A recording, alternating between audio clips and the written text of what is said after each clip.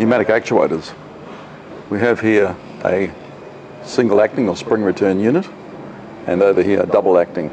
Double acting takes air in either one port or the other. This is an Namur interface port on these units.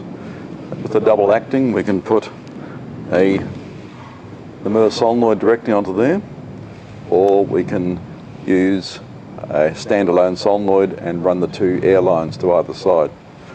Double acting means that we can put air on one side, the unit will rotate in one direction, air on the other side, and the unit will rotate back again.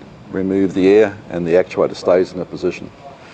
Single acting or spring return means that the air signal goes on one side, the actuator rotates, and when you remove that signal, the actuator is sprung back to its original position. It can be piped up either normally closed or normally open, or assembled normally closed and normally open.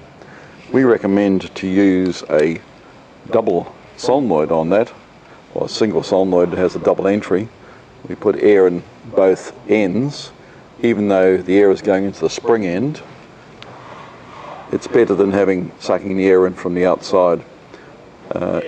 We recommend a port silencer to go in here, and that allows the unit to at least stop dust being pulled into it as it's sucked back in. But it's better really to operate it with a double solenoid or 5-2 solenoid like this. I'm just going to demonstrate the single solenoid, single air supply here. I'll just put the silencer in the port here. That's what I would recommend if you're just using a single supply. I'll just operate this valve. The actuator opens. If I gently line, the actuator is sprung closed.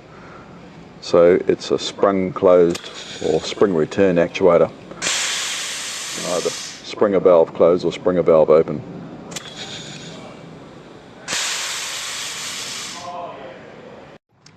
With the double acting actuator, I pipe this up so we can put signal into both sides. Operate in this direction, the actuator swings around and we remove the air supply and the actuator will stay where it is.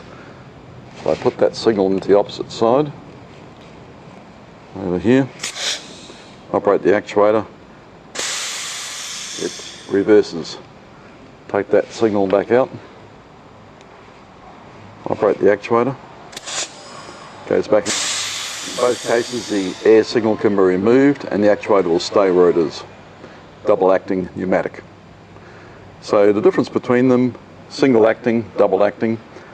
Single acting actuator is in fact a double acting actuator with springs. So you can put the air into the spring end as well. Won't affect it.